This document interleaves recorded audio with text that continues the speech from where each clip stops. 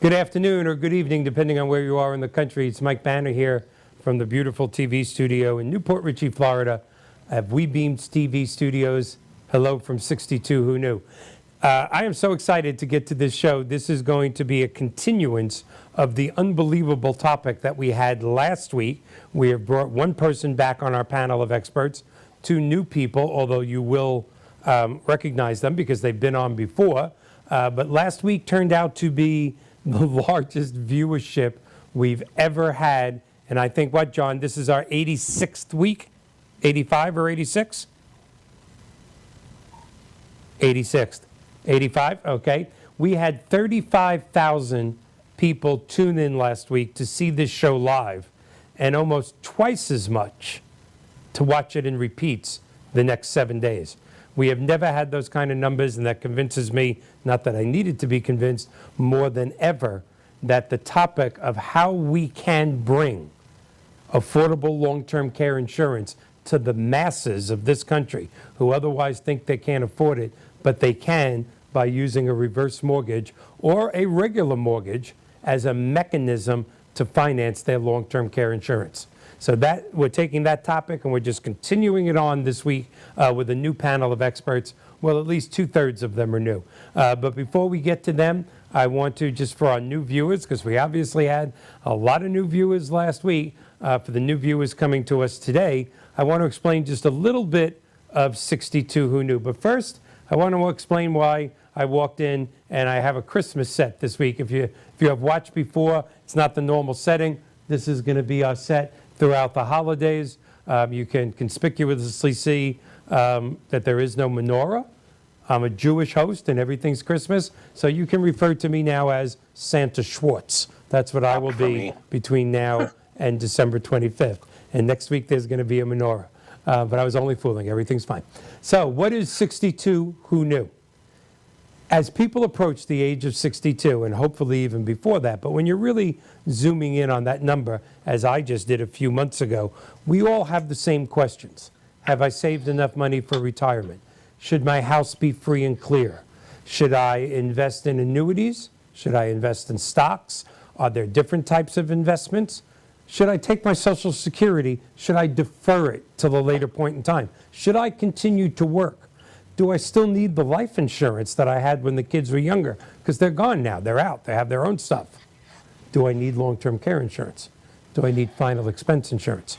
The questions never end. And you know what's interesting about these questions is that our fathers asked these same questions, and their fathers asked those same questions, and probably their fathers before that. But my generation, the baby boomer generation that is now turning 62, of which there are so many of, in fact, 10,000 people a day, not in the world, but in the United States of America, 10,000 people a day are turning 62 years old in the United States of America for the next 16 years. The baby boomers are here and we're coming out. We have one different hurdle than our fathers and their fathers and their fathers had. And that is the advantage or disadvantage, depending on how you look at it, of longer lifespans. Never, other than the last 3 decades, has medical breakthroughs, scientific technologies made such forward movement. Diseases are being eradicated. All types of cancers have now a high cure rate. Things are just improving left and right. So we are living longer. In fact, if you make it to 62 in this country, you have a 50-50 shot of making it to your early 90s. So who knew at 62 you still had 1/3 your life left? You still have another 30 years, half the time you've been here left. And the sad truth is, so that's why we're here. That's why we've grown so much. It's obviously a topic near and dear to everyone's hearts because we have grown like crazy. And I want to thank you, our audience, and all our great guests that have been on for 85 weeks. And we're about to bring up 3 of those great guests right now because we are now a panel show as of last week. So if we could, John, let's bring up our guests and I will introduce them. First, if you are looking at the screen as I am, on the upper right corner, you have heard me use his name probably more times than I've used anyone else's name in the 85 weeks. He is a dear friend, a mentor, a confidant, They just don't make human beings like this. And he has been in the long-term care industry and well-known, respected nationally for 51 years. Mr. Peter Gelbwaks. Thank you for being back, Peter. Thanks, Mike. Thanks for having me. Actually, it's only 30 years, so it's 50 years in the insurance business, but 50 years, 30 years long-term care, 50 years in insurance. That's amazing. First time Peter went to Caesars in Las Vegas, Caesar was actually there. It was really an amazing thing. So now we go right below Peter Gelbwaks to the person who's been on the most, who has drawn some of the biggest crowds. Everybody loves him. He is nationally known in the long-term care insurance world for his integrity, for the way he takes care of his people, and also a very, very good friend, Mr. Mark Goldberg. Thank you, my friend, for being back.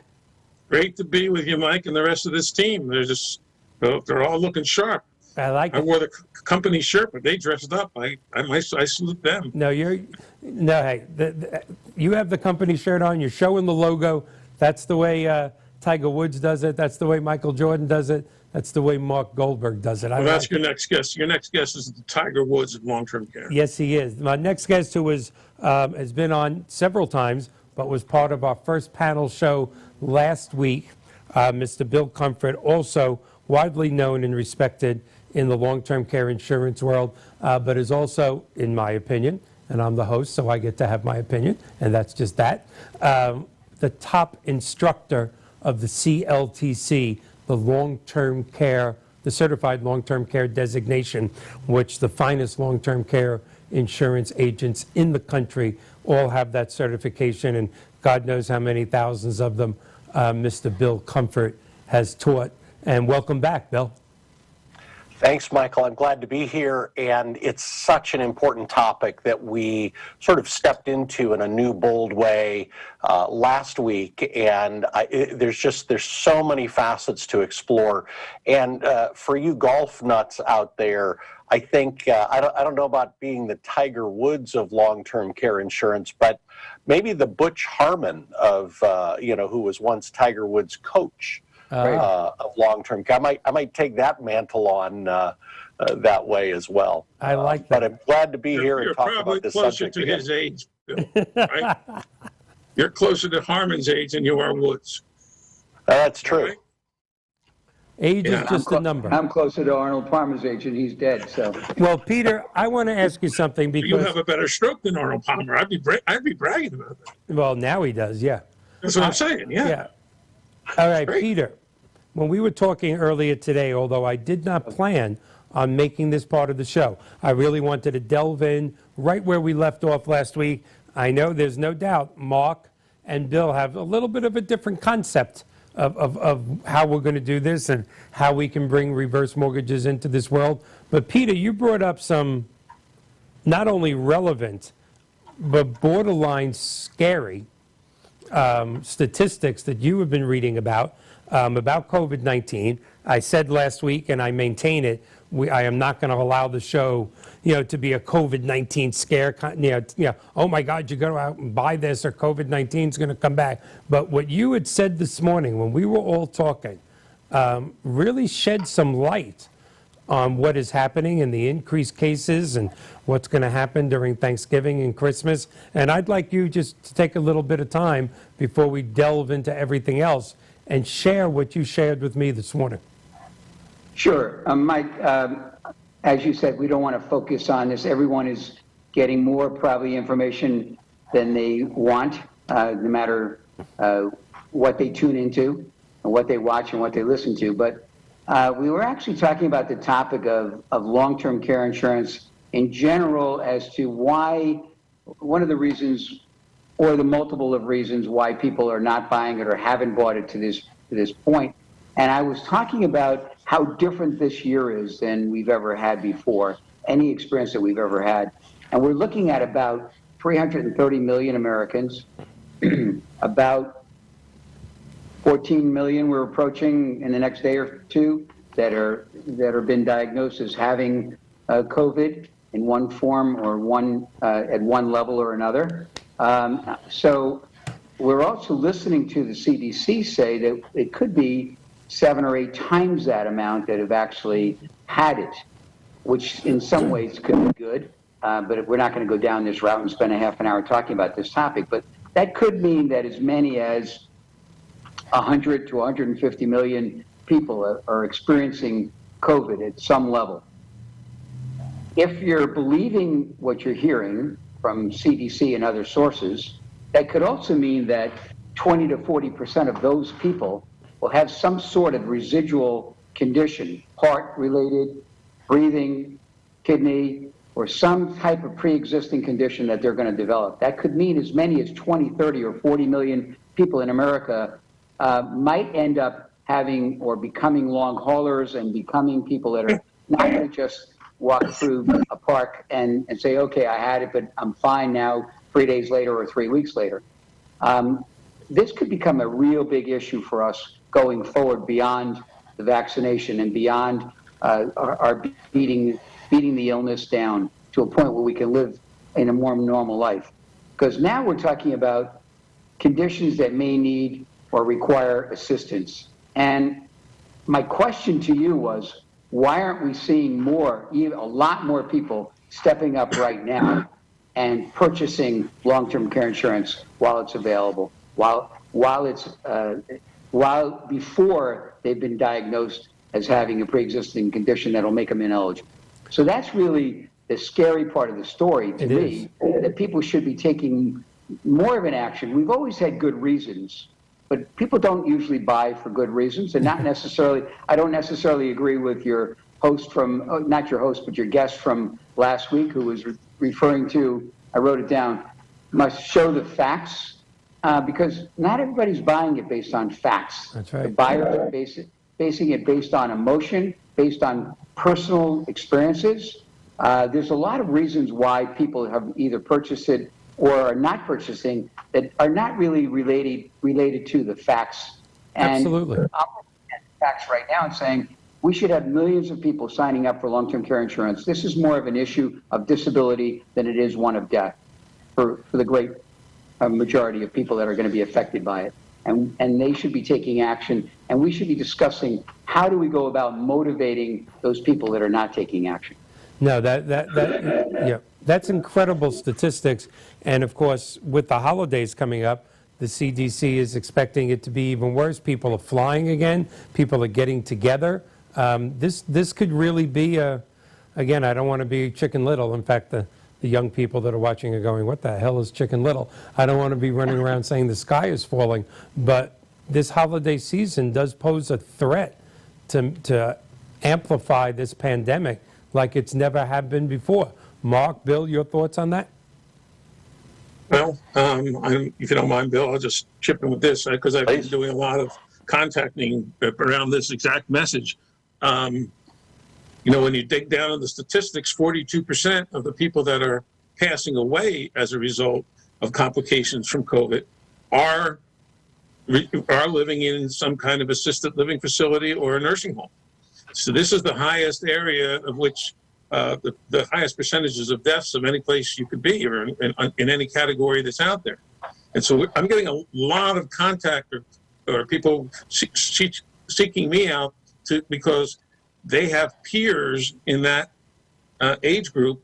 And again, they don't want to be in that same position. I had several people on claim at the time when COVID first started, mid-February to early March, and every one of those people are home now, or in their home or at their children's home, as opposed to being in a facility, all because they had a plan. And so they could be in control of how they got care. And those that didn't have a plan, guess what? They're stuck in one of those facilities and can't be visited by their friends and relatives and are at the mercy of what might be contracted by all the other people around them. And it's not a healthy and good situation. So Peter's point is greatly taken in that why would you wait to see if you're going to have complications if you're going to get COVID and not put a plan in place first? And one last thing on that before you turn it over to the genius over there, Mr. Comfort, is he and I are together on one thought, always have been. People, when they get long-term care, are not buying a product. They're getting a plan. It doesn't mean that, again, there's so many different ways to address this risk. You need a plan for long-term care. If it happens to be long-term care insurance, fine. If it happens to be one of the many other ways you can address this risk, that's fine. If you decide to self-insure, that's fine, as long as you have a plan. And my voice just went up 3 octaves, so I don't know where that just came from. But let's turn it over. One last thing, though, before I turn it over, Michael. I realized why I was a little skeptical about coming on this panel, because you've had this panel together one other time, right? Yes. Every time I come on, I'm reminded how hair challenged I am. Everybody else on this panel has a big, healthy head of hair. Well, is that done on purpose? From now on, I want to see bald people on these panels. I can't stand it. I'm the last guy I have the least amount of hair. That can be solved, we got to fix that for the future. That can be solved. Solved. Okay, good. Okay. Bill, paint your head green, Mark, and we'll key in some nice hair there for you. You got that hair in a can. That's what I'm going to go use. I'll spray that up there. We'll be fine. And what's your perfect? Perfect. I think how does COVID, the current wave, acceleration of COVID cases and vaccines on the horizon, how does that impact what we do in long-term care planning, long-term care advising, and long-term care insurance sales? And I think there's really two aspects here that Peter started to identify. So Mark, one of those aspects is what you just outlined. Your plan for care, for paying for professional care, has to consider the idea of where do you want to get care? Where do you want to have the option to get care? Everybody says, I'd like to stay at home if at all possible for as long as possible. Of course, there's our connection to reverse mortgages, which have always been kind of positioned as use your home equity to stay at home. And we're going to expand on how that might help with funding long-term care insurance. That's to come down the line. But I think the other thing that Peter's putting his finger on here is not just this message that you need a plan, if not some insurance to help pay for it, particularly to stay out of a facility, COVID-related or not. That's right. But the other aspect is, will you be able to even buy the insurance you want when you want to buy it? And what I'm hearing, Peter, you say is, we don't yet know what the long-term health consequences are of even a COVID exposure. You know, that asymptomatic, you tested positive, maybe you just felt like you had a little bit of the flu or the crud, you know, you were not in the hospital or whatever. We don't know. For those who had very severe pieces, they're very concerned about lingering effects.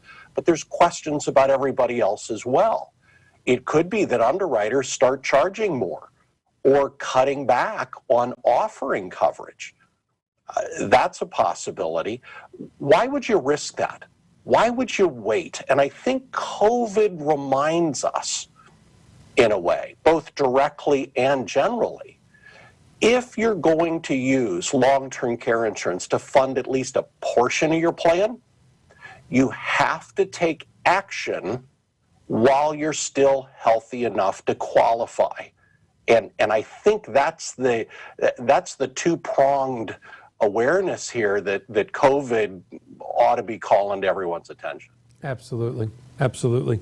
And, you know, we're going to go off of COVID because I thought we'd spend about 20 minutes on it, and we spent about 23. So for this group, that's amazing. So we're close to on time. We're going to get back to what we discussed last week, because my LinkedIn account, everything that we do, the website here at Beam TV is just people from financial planners to consumers. Oh, okay. Because again, the background noise is going over the TV. I'm sorry, Mark? That's okay. I just didn't want your mother to start banging pots. Mark, you're on the air, you know. Sorry. I have a moms to not bang 98-year-old the pots. mother-in-law, and I had to make sure she didn't. I had it on mute. I didn't think I could be on the air. Bring my 98-year-old mother-in-law in here. She'll shame us all. All right. So I know that a lot of, I mean, you got. I'm sitting here in my Santa Claus chair with 3 national long-term care insurance experts. And whatever I've learned has basically come from you 3. So I know the linked products have been growing rapidly in population, in popularity.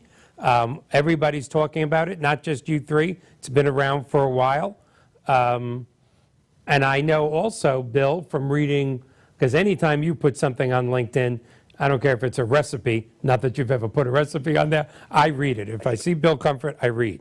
And I know that you've been doing a little, for lack of better terms, trend the last 30 days or so, maybe more. Let's not forget traditional long-term care insurance. In fact, I think there was one comment, and I'm paraphrasing, so you correct me, where you said to your long-term care insurance brothers and sisters, I wish people would stop saying that the linked products are going to save long-term care insurance. We still have plenty of other options. And I know you love the linked products too, but you're still a fan, as you said last week. And that was my favorite part of the show.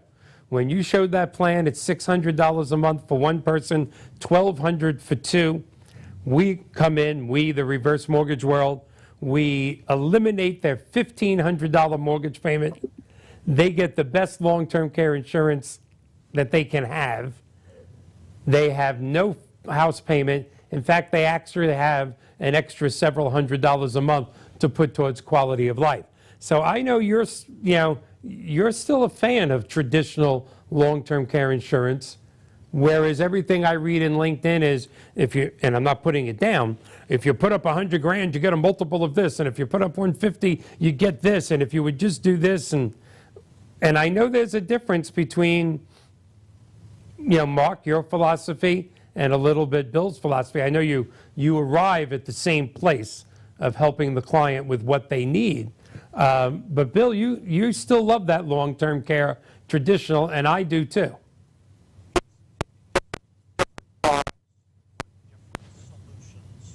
Can't hear Bill. Clients, and I say this when I teach.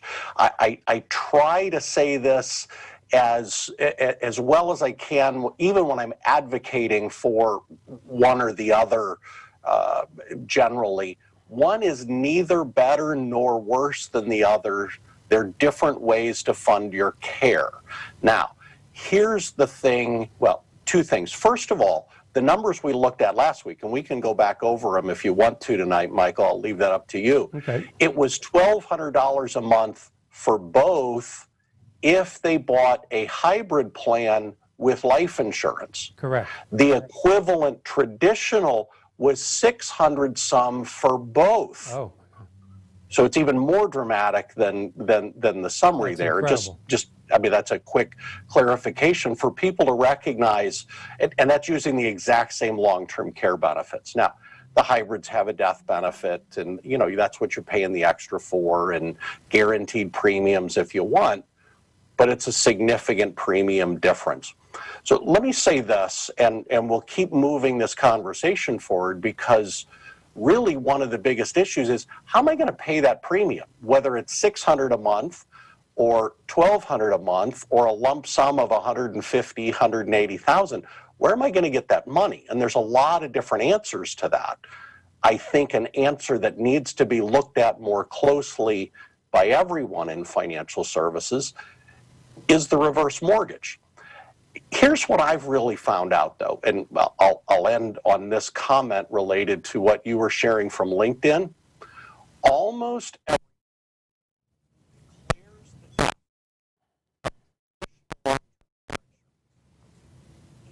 are not allowed to write traditional long-term care insurance because their company or their securities company doesn't let them write it, or they work for a company that doesn't sell it. Bill, can you do me a favor? You got to look at the source.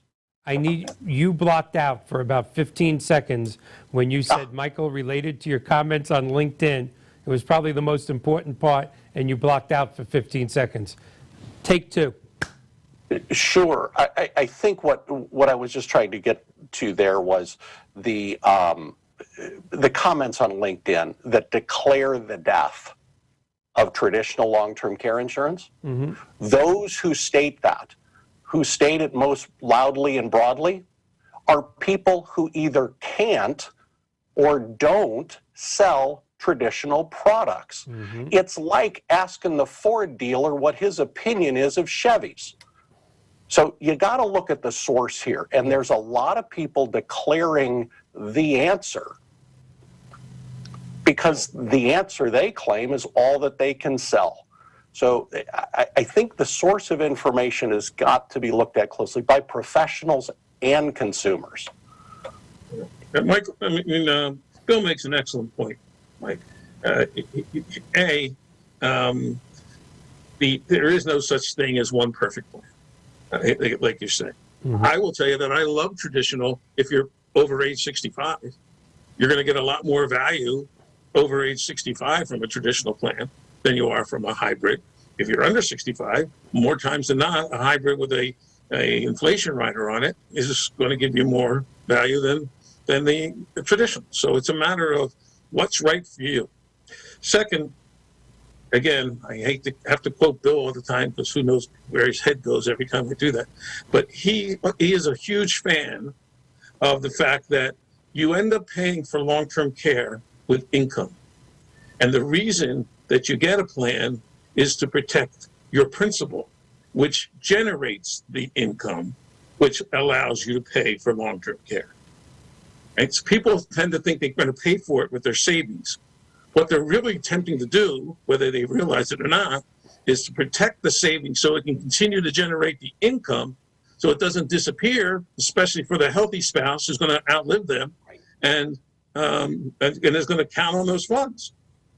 So people have to get a real good handle on what the products really do for them. And then all of a sudden it becomes an easier decision for them. Now, keeping in mind, I want to bring Peter in on this. Peter is obviously, Peter is the first person I met, in the long-term care insurance world, and it obviously grew into a staggering friendship and relationship, and he introduced me to both of you. But tell me if I'm overstepping, Peter. Don't hold that against you. You needed ID to get in the room, in fact, you were so young.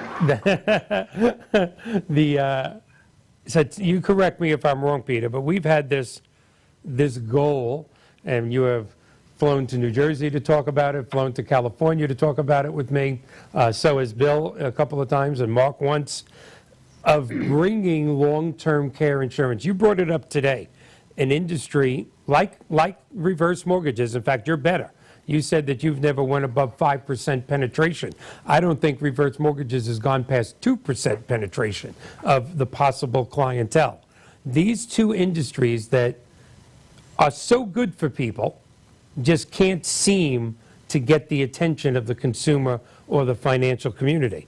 And when Mark or Bill say, we're going to use this to protect their savings and we'll take this $100,000 from here, we'll put it there.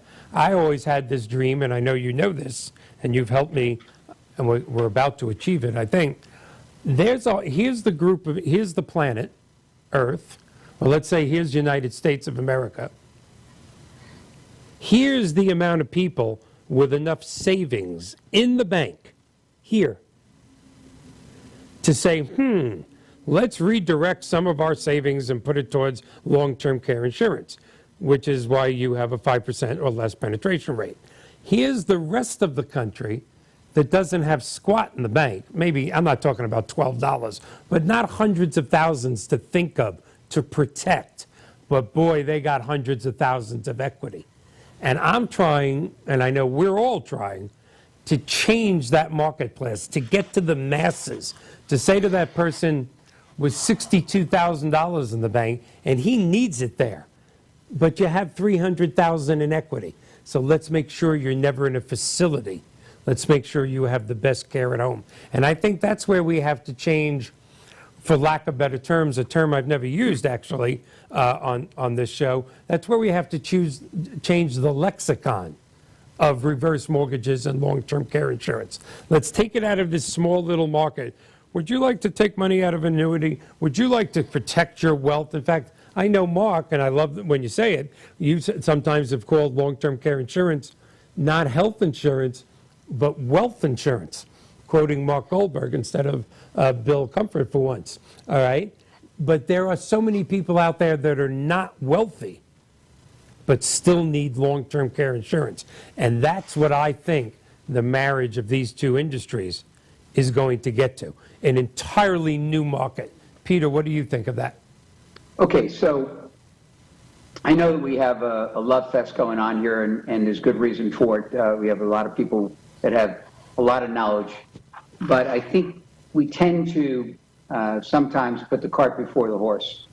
What we've got is people that have great understanding of product and programs and underwriting and all the processes, but I think what we're missing is that we have to sell more of the concept. Years ago, I used a term that I actually believe in to this day, and that was you have to become an owner of the concept and then the contract. So what we need right now is we still do need to find the reasons why people are either buying or not buying, and then the main thing that you're talking about, Michael, and I totally agree, is we need to find the money.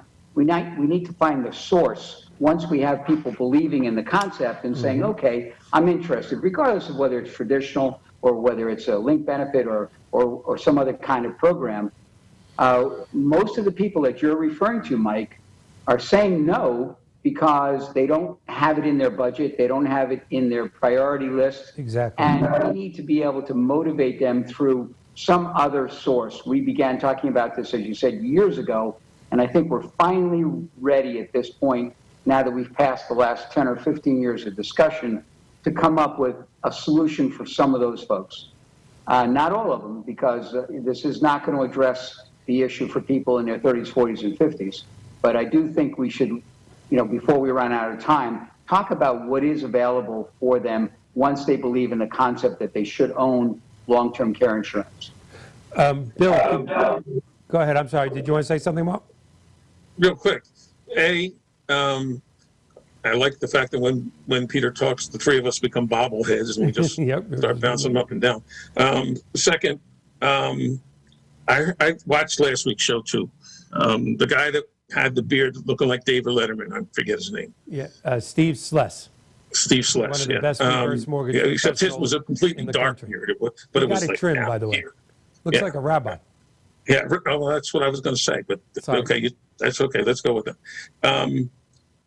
Again, affordability is, it's affordability and then your health are the two biggest reasons why people hold back from getting long-term care. So you have to design a plan that meets those requirements first, because it doesn't matter.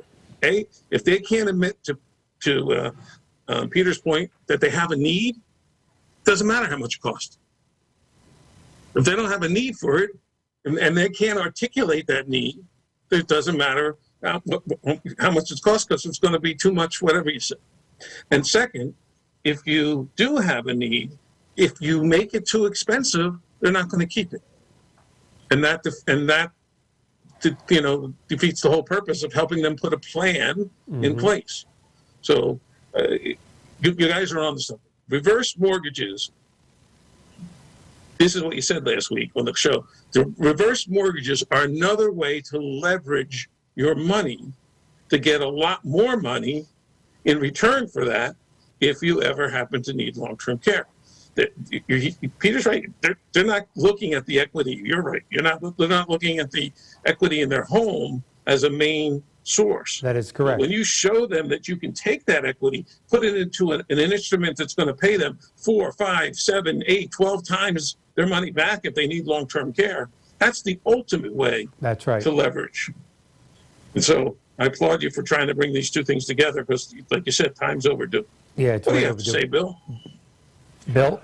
Well, I think, yeah, and Peter's exactly right. This is not a product sale. This is not oh, you have a lot of equity in your house, let's tap that equity so you can buy long-term care insurance. It has to be more integrated in a planning conversation, in a conceptual conversation. And of course, it'll take time. It's a multidisciplinary professional connection. I can't sell long-term care insurance and initiate a reverse mortgage. That takes a reverse mortgage professional. I think in many cases, folks will also have other advisors, whether it's a CPA or a money manager, investment manager that's part of it, that's going to have questions.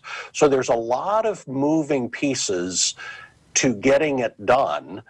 But the key idea, what we started with, what we put on the table last week, and what we're beginning to develop more deeply here, is home equity available through a reverse mortgage is another source of funds that have never been looked at or considered as a way to help buy long-term care insurance that not only protects all the other assets, but protects the life and the lifestyle of your spouse, your partner, your kids, and so on, by paying for care. And I think that the concept of using one to pay for the other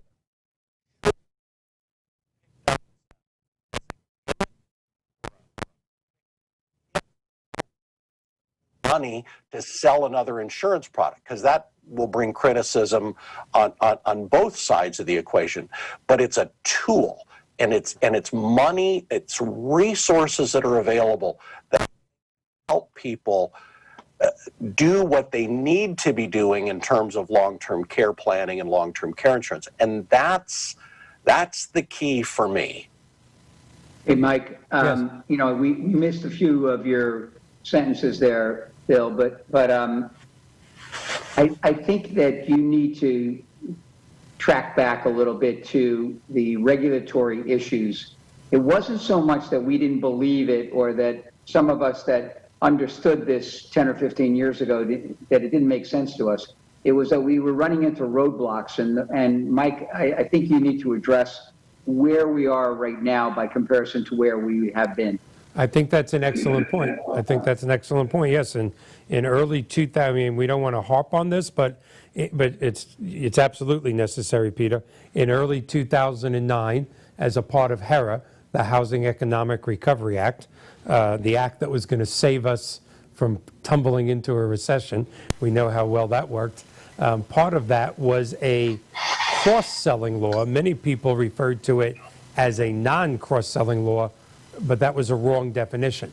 But a very poorly, ambiguously written law by a congresswoman named Claire McCaskill out of Missouri that cast a shadow on both industries, reverse mortgages and insurance, stating that you could not cross-sell a reverse mortgage with insurance proceeds, or you could not cross-sell an insurance product with reverse mortgage proceeds. That was aimed mostly at annuities. But for the better part of the last 10 years, what is that, 2009, so 11 years, people were afraid of that. It scared a lot of insurance people. It scared a lot of huge insurance companies out of the reverse mortgage business, okay? But that rule has been redefined as not a non-cross-selling law, but a cross-selling rule. In other words, the insurance agent cannot be compensated for both products. So there is no chance of a greed level of going, okay, I'm going to sell you this, and with this, I'm going to sell you something else. And even further than that, even if they're not compensated, they cannot be forced tying one to the other, even if they're not being compensated on one. Look, if you want to buy this, you got to get a reverse mortgage through Mike Banner. No, no, no, no, no. You can buy this long-term care insurance any way you'd like. It just so happens a reverse mortgage may be the least expensive and the most sensible route for you to go. So it took 10 years to define this ambiguous law, but last week we made history when Mr. Joe DeMarchi, and God, I hope he's not going. He's sitting by his TV, by his computer going, he's going to repeat that for the rest of his life. But when Bill said to him, Joe, I just got to ask you the question.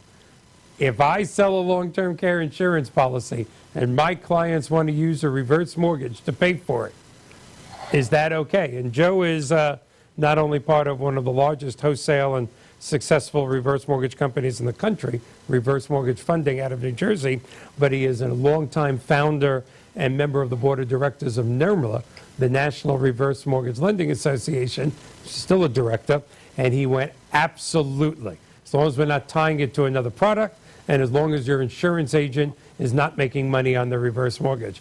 And Bill, you remember my reaction. Yeah, and I think Peter, you know, what we're trying to move past here is a presumption that you can't do it, because you can do it. You can use the proceeds from a reverse mortgage to buy long-term care insurance in whatever form would be appropriate. Here's what I think. I think it's an ethical issue.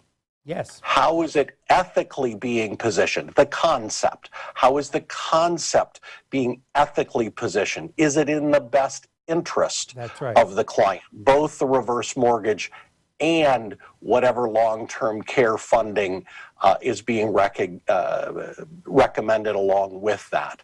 I think that's the big hurdle and the big challenge for all of us to watch out for. But you know what?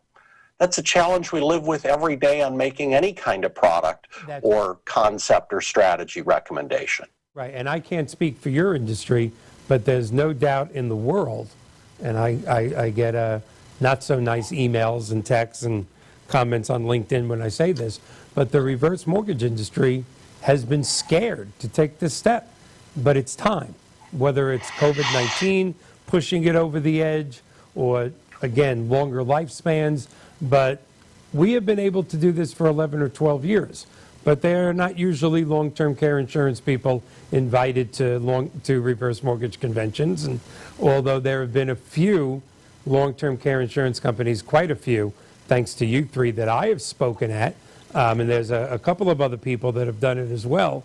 It's one of the things we discussed last week, Bill. It's time for these two industries to start inviting each other to each other's functions and join at the hip.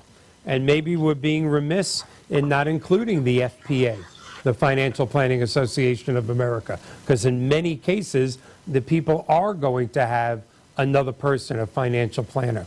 But I always get back to that grassroots, that I want to bring it to the masses, and the masses, their largest net worth comes from their home, and they do not have a financial planner. And that's the masses I want to convince that they can afford long-term care insurance, and they can use their home to stay at home. No, Peter, I want you to imagine what a party that would be if we got the reverse mortgage people together and the long-term care people together at a convention. We're doing it. Well, boy. Let me tell you something. Post-COVID-19, now whether these vaccinations are a month away or how good they are or whatever it is, when we all get back to having conventions, we are now, when I say we, I mean Professional Mortgage Alliance, which is only licensed in 2 states and getting 3 more licenses probably in the next 90 days. But we are discussing a joint venture that would put us in the majority of this country. And when COVID-19 is passed and we're back to having conventions, we will be speaking at all of your places, as long as you guys get me in. I always got to depend on you. It's like, yeah, you guys are the ticket masters. I have to call you up and go, they turned me down. Can you get me in to speak? And one of you go, yeah, we'll take care of it, Mike. It's okay. Oh, yeah. We're joining forces. One guy that does it. This is it. It's happening. So Mike, it's a work in progress.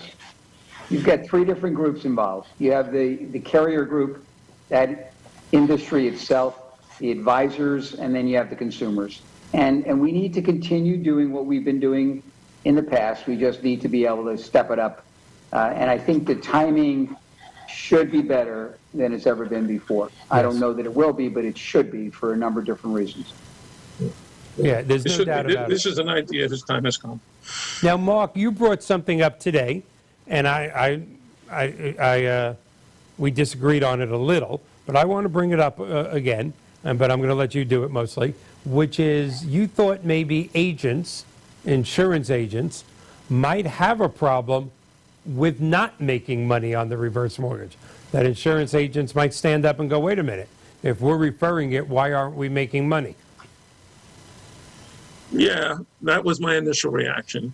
I've had the luxury of thinking about it for this afternoon, and I think the importance of it being an alternative funding source trumps whether, or shouldn't you say the word trumps? That's a good word, don't worry. Yeah, overcomes the objection as to whether or not they're making money on it or not. Because if this helps them make a long-term care, put a long-term care policy in place that they wouldn't have been able to do without it, they're going to make money off the long-term care plan. So that should be enough. And I have a novice question for you because I just don't know the answer.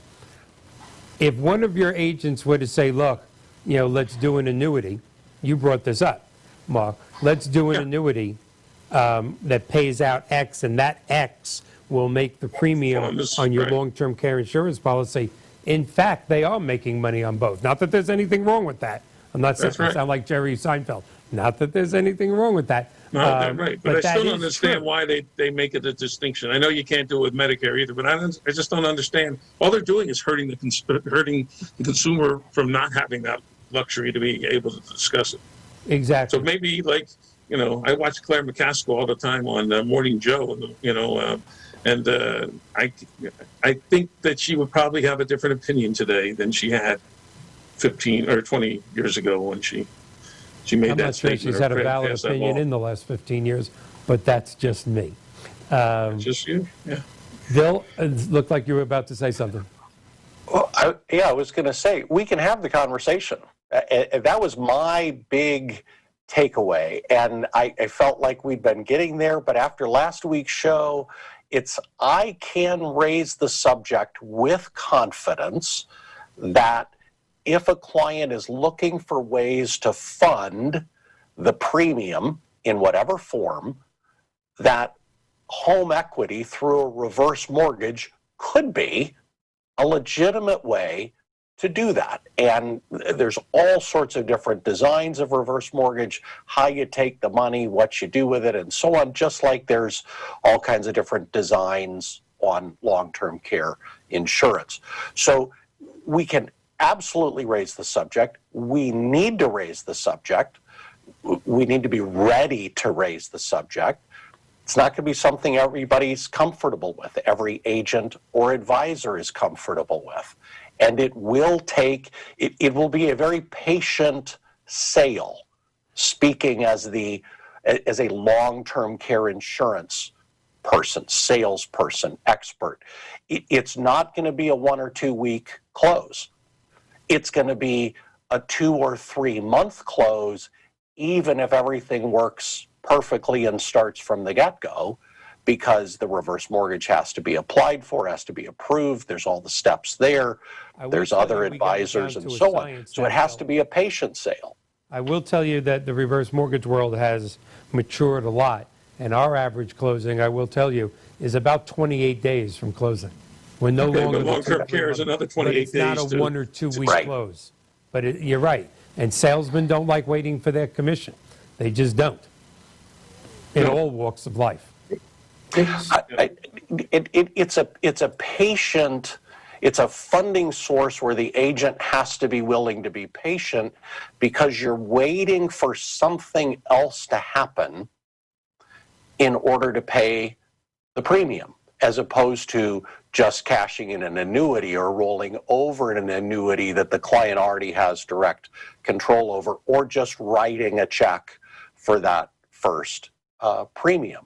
So it's just something that I've been thinking about as well, that if you're talking to people who are ready to buy, interested to buy, do you really want to sort of step back and introduce something that might risk inserting a month or 2 or longer in the process?